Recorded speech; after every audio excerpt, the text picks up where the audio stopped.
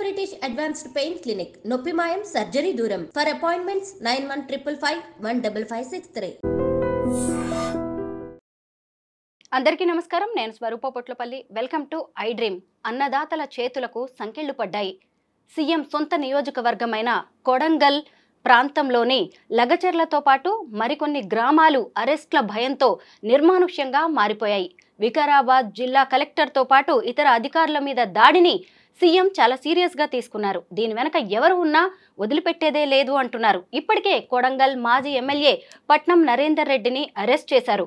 ఇంకోవైపు చూస్తే BJP MP DK అరుణ కొడంగల్ పర్యటనకు వెళ్లగా ఆమెను కూడా అడ్డుకున్నారు. అసలు లగచెర్లతో పాటు కొడంగల్ నియోజకవర్గంలో ఏం జరుగుతోంది, దీని వెనక ఏం కుట్ర ఉంది? ప్రస్తుతం నాతో పాటు బీఆర్ఎస్ లీడర్ రజనీ సాయిచంద్ గారు ఉన్నారు. ఆవిడతో మాట్లాడదాం. హలో రజనీ గారు. హలో అండి. ఇప్పుడు ఈ లగచెర్ల కొడంగల్ ఇన్సిడెంట్ని మీరు ఫాలో అవుతూనే ఉన్నారు. ఫార్మా ఇండస్ట్రియల్ కారిడార్కి సంబంధించి అభిప్రాయ సేకరణకు వచ్చిన అధికారుల మీద దాడి ఇదంతా ప్రీ ప్లాన్డ్ అని పోలీసులు అంటున్నారు. మీరేమంటారండి? ఒకటండి, అది సీఎం సొంత నియోజకవర్గం కొడంగల్.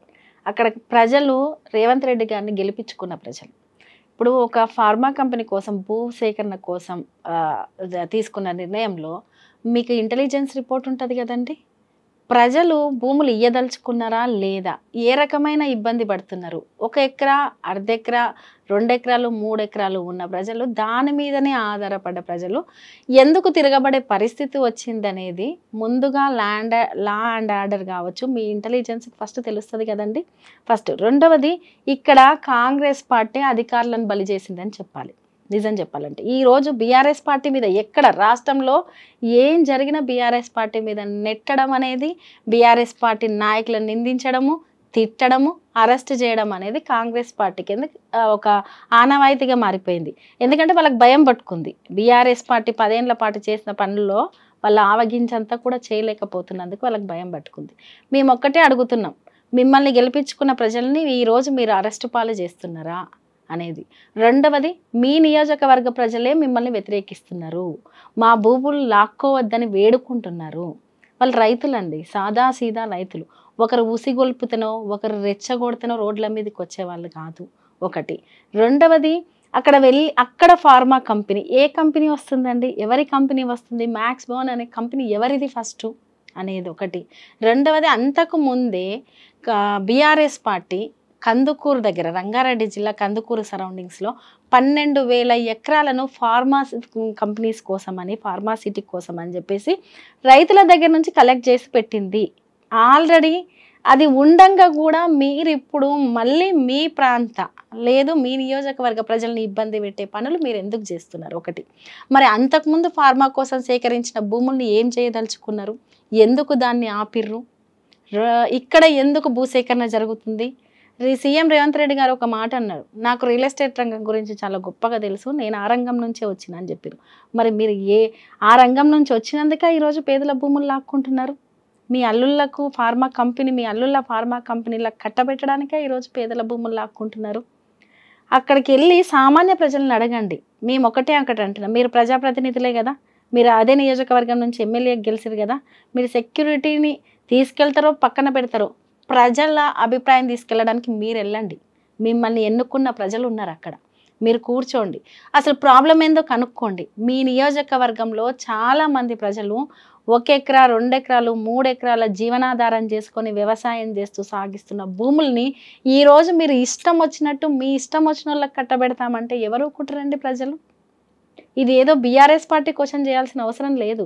ప్రజలు కడుపు మండి బయటకు వస్తున్నారు. అయితే ఈరోజు అధికారుల మీద దాడులను, అధికారుల మీద దాడులను ఎవ్వరము ప్రోత్సహించం, కానీ అక్కడ మీరు అధికారులను బలి చేస్తున్నారు.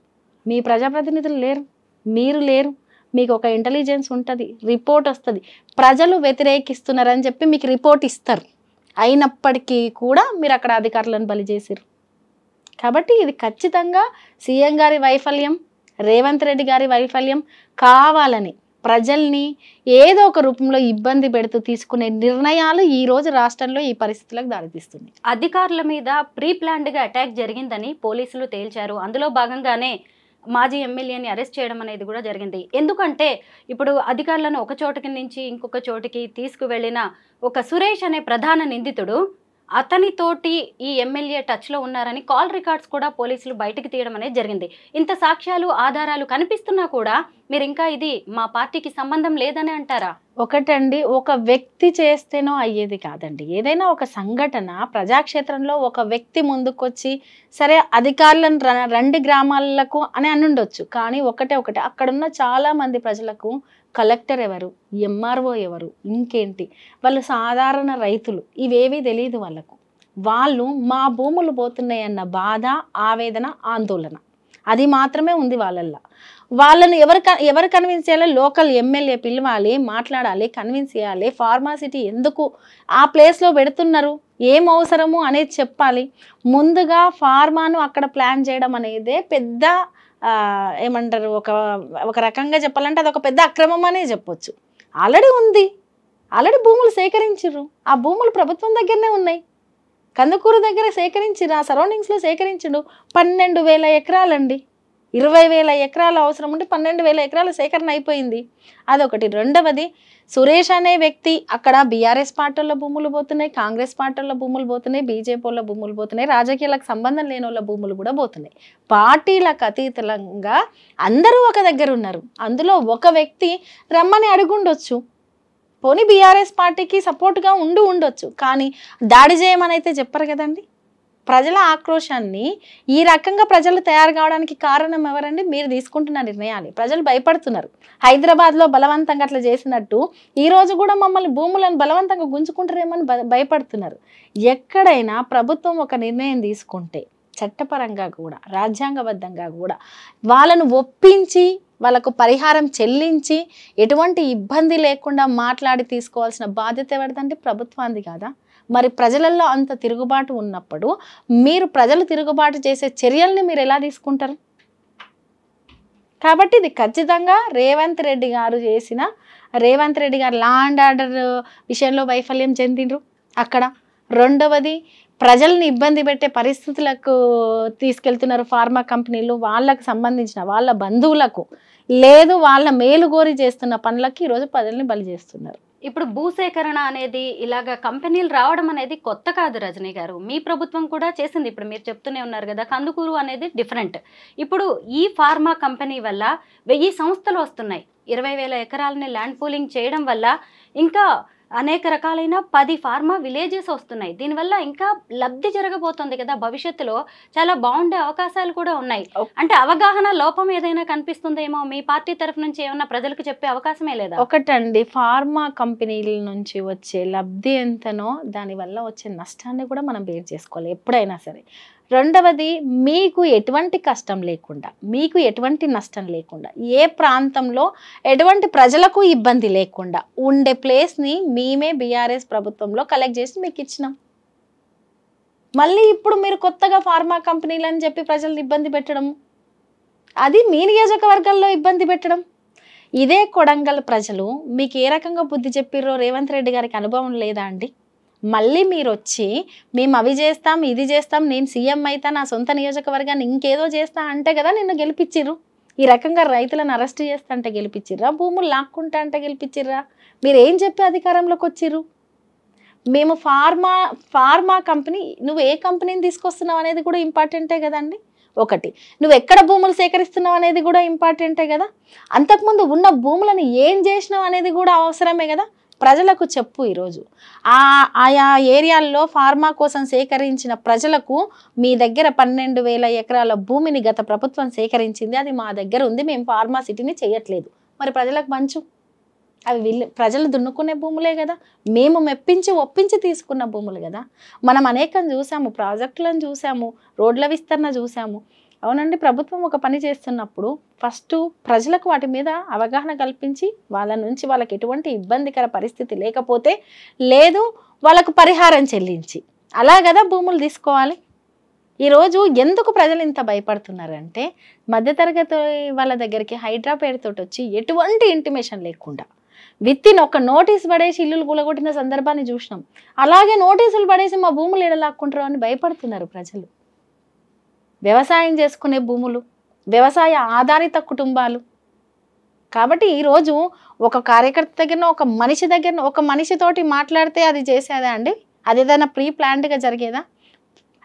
అధికారులు వచ్చినప్పుడు కావచ్చు, ప్రజాప్రతినిధులు వచ్చినప్పుడు క్వశ్చన్ చేస్తుంటారు, అడుగుతుంటారు, ఆవేశాలకు లోనవుతారు. మరి మీరు ఆయా ఎలా ఉంది అక్కడ పరిస్థితులు అని చెప్పేసి ముందు తెలుసుకునే కదా, మీకు ఒక రిపోర్ట్ వచ్చిన తర్వాత కదా అధికారులను పంపించాలి. కాబట్టి కాంగ్రెస్ పార్టీ వాళ్ళు తప్పించుకున్నారండి ప్లాన్గా. అక్కడ కలెక్టర్ గారిని ఇరికించారు. మేమేమంటున్నామంటే అక్కడ కలెక్టర్ గారి మీద వ్యతిరేకత కాదు ఇది, అక్కడ అధికారుల మీద వ్యతిరేకత కాదు, మీ ప్రభుత్వం మీద ఉన్న వ్యతిరేకత, మీ మీద ఉన్న వ్యతిరేకత, మీరు చేస్తున్న పనుల మీద వ్యతిరేకత. ప్రజలు మీరు చేస్తున్న పనుల మీద అంత ఆవేశానికి లోనవుతున్నారు. కాబట్టి మీరు ఆలోచించండి, ప్రజల దగ్గరికి రండి, ప్రజలు ఏది కోరుతారో అది చెయ్యండి, మీకు నచ్చింది కాదు చేయాల్సింది. బీజేపీ ఎంపీ డీకే అరుణ గారు కొడంగల్ పర్యటనకి వెళ్తే పోలీసులు అడ్డుకున్నారు. దాంతో పరిస్థితి ఉద్రిక్తంగా మారింది. అక్కడ రోడ్డు మీద బైఠాయించాల్సి వచ్చింది బీజేపీ నేతలు. ఎందుకంటారు? భద్రతా కారణాలా లేకపోతే ఇంకేదైనా దీని వెనక అంటే నిజాలు బయటకు వస్తాయి, మళ్ళీ నాయకులు వెళ్ళి రెచ్చగొట్టినట్టు అవుతుంది అనే ఉద్దేశంతో ఇలా జరిగిందంట. ఈ మధ్య ఏమైపోయిందంటే అండి, రాష్ట్రంలో బీజేపీ కూడా ఒక బీజేపీ నాయకుడేమో రేవంత్ రెడ్డి గారికి సపోర్ట్ చేస్తారు, ఒకరి బీజేపీ ఇంకొకరికేమో రేవంత్ రెడ్డి గారి సపోర్ట్ చేస్తారు, వాళ్ళ సత్సంబంధంతో ఉంటారు. సరే, ఈరోజు ఏదేమైనప్పటికీ డీకే అరుణ గారు ఒక ఎంపీగా, మా ప్రాంత ఎంపీగా వెళ్ళారు. మరి అక్కడ సమస్య ఏం లేకపోతే రెడ్ కార్పెట్ పరవండి, పంపించండి, ప్రజలు ఏం చెప్తారో విననివ్వండి. మీరు ఇప్పుడు బీజేపీ కాంగ్రెస్ పార్టీ ఏం డ్రామాలు చేస్తుందో, ఎలా ఉంటుంది ఏంది అనేది ప్రజలకు తెలుసు. ఏదేమైనప్పటికీ వ్యక్తిగతంగా ఒక ప్రజాప్రతినిధురాలుగా అక్కడికి వెళ్ళినప్పుడు మీరు ఖచ్చితంగా మీరు ఆపాల్సిన సందర్భం ఏముంది? కాబట్టి అంటే ప్రజలు ఖచ్చితంగా వాళ్ళ వ్యతిరేకతను చెప్తారనే కదా మీరు ఆపుతున్నారు. కాబట్టి ఇది రేవంత్ రెడ్డి గారి పూర్తి వైఫల్యం అండి, కాంగ్రెస్ పార్టీ పూర్తి వైఫల్యం. ఇప్పుడు కొడంగల్ అనేది కూడా మీ ఉమ్మడి పాలమూరు జిల్లాలోనే ఉంది కదా, మరి మీరు ఎప్పుడు వెళ్తున్నారు? అక్కడ ప్రజలతో ఏమన్నా మాట్లాడబోతున్నారా? కొడంగల్ ఉమ్మడి పాలమూరు జిల్లాలోనే కాదు, రాష్ట్ర వ్యాప్తంగా సత్సంబంధాలు ఉన్నప్పటికీ కూడా ఉమ్మడి పాలమూరు జిల్లాలో ముఖ్యంగా కొడంగల్ ఏరియాల్లో కూడా సత్సంబంధాలు ఉన్నాయి. ఖచ్చితంగా వెళ్తాము. అక్కడ ఏ ప్రజలకి ఏ సమస్య వచ్చినా వెళ్ళి ప్రజల పక్షాన మాత్రం ఖచ్చితంగా కొట్లాడతామండి. ఈరోజు 55 మందిని అర్ధరాత్రి పూట అరెస్ట్ చేయడం, రైతులని 16 మందిని రిమాండ్కు పంపించడం, జ్యుడిషియల్ కస్టడీకి పంపించడం, అసలు రైతుల వాళ్ళు ఏమైనా ద్రోహులా? నిజంగానే రైతుల ఆవేశానికి లోనైతే గనక వాళ్ళకి సర్ది చెప్పాల్సిన బాధ్యత ఎవరిదండి? ప్రభుత్వానికి కదా. రైతులు ప్రభుత్వం జోలికి పోలేదండి, ప్రభుత్వం రైతుల జోలికి వచ్చింది. వాళ్ళ సొంత భూముల జోలికి ప్రభుత్వం వచ్చింది. అప్పుడు ప్రభుత్వం కదా రైతులకు సర్ది చెప్పాలి. కాబట్టి ఒక సంఘటన జరిగినప్పుడు ఆ సంఘటన వెనుక అనేక కారణాలు ఉంటాయి. దాన్ని తీసుకుపోయి బీఆర్ఎస్ పార్టీ మీద ఏది జరిగినా, రాష్ట్రంలో ఏది జరిగినా, లాస్ట్కు సీఎం రేవంత్ రెడ్డి గారికి పొరపాటున పడుకొని కళ వచ్చినా కూడా నా కళలో ఇది జరిగింది, దానికి బీఆర్ఎస్ పార్టీ కారణం అనేటట్టు ఉంది పరిస్థితి. కాబట్టి ఏది జరిగినా కేసీఆర్ గారిని తిట్టాలి, కేటీఆర్ గారిని తిట్టాలి, హరీష్ రావు గారిని తిట్టాలి. లేకపోతే కనుక బీఆర్ఎస్ పార్టీ నాయకులను, శ్రేణులను క్వశ్చన్ చేసేటోళ్ళని అరెస్ట్ చేయాలి, వీళ్ళ మీద దుమ్మెత్తిపోయాలి. ఇక్కడ నిరుద్యోగులు అడుగుతుంటే బీఆర్ఎస్ పార్టీ వాళ్ళు క్వశ్చన్ చేస్తారు అంటారు, గురుకుల చిన్న పిల్లలు బయటకు వచ్చి అడుగుతుంటే బీఆర్ఎస్ పార్టీ వాళ్ళే ఉసిగొల్పిరు అంటారు. లేదు, హైదరాబాదితులు భవన్ వరకు వచ్చి మమ్మల్ని పట్టించుకోండి మా పరిస్థితి ఇట్లుందని అడిగినా కూడా బీఆర్ఎస్ పార్టీ వాళ్ళే అంటే బీఆర్ఎస్ పార్టీ అంటే రేవంత్ రెడ్డి గారికి ఉన్న భయాన్ని చూస్తున్నాం. మొత్తానికి కొడంగల్ నియోజకవర్గంలో త్వరలోనే పరిస్థితులు చక్కబడాలని, నిజాలను అటు ప్రభుత్వం ఇటు ప్రజలు తెలుసుకోవాలని కోరుకుందాం. థ్యాంక్ యూ రజని గారు.